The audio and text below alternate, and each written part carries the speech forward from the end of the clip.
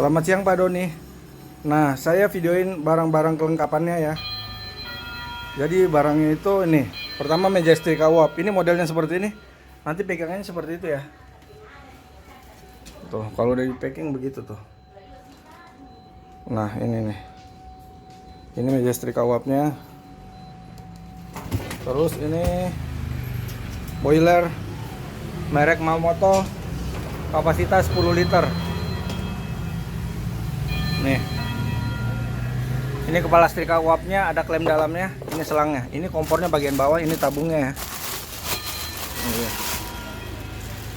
Nah, ini mesin pengeringnya nih, Speed Queen Amerika, kapasitas 10,5 kg.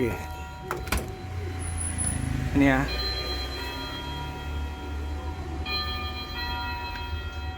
Tuh, lot size 15 kg. Ini LG-nya. Nah, nanti yang di packing kayu itu ada 3 Pak. 1, 2, 3. Ini biayanya 500 nih packing kayu. Ini 500 juga. Ini 100-an lah kayaknya. 100 ini nggak perlu packing kayu nih. Oke. Terima kasih Pak.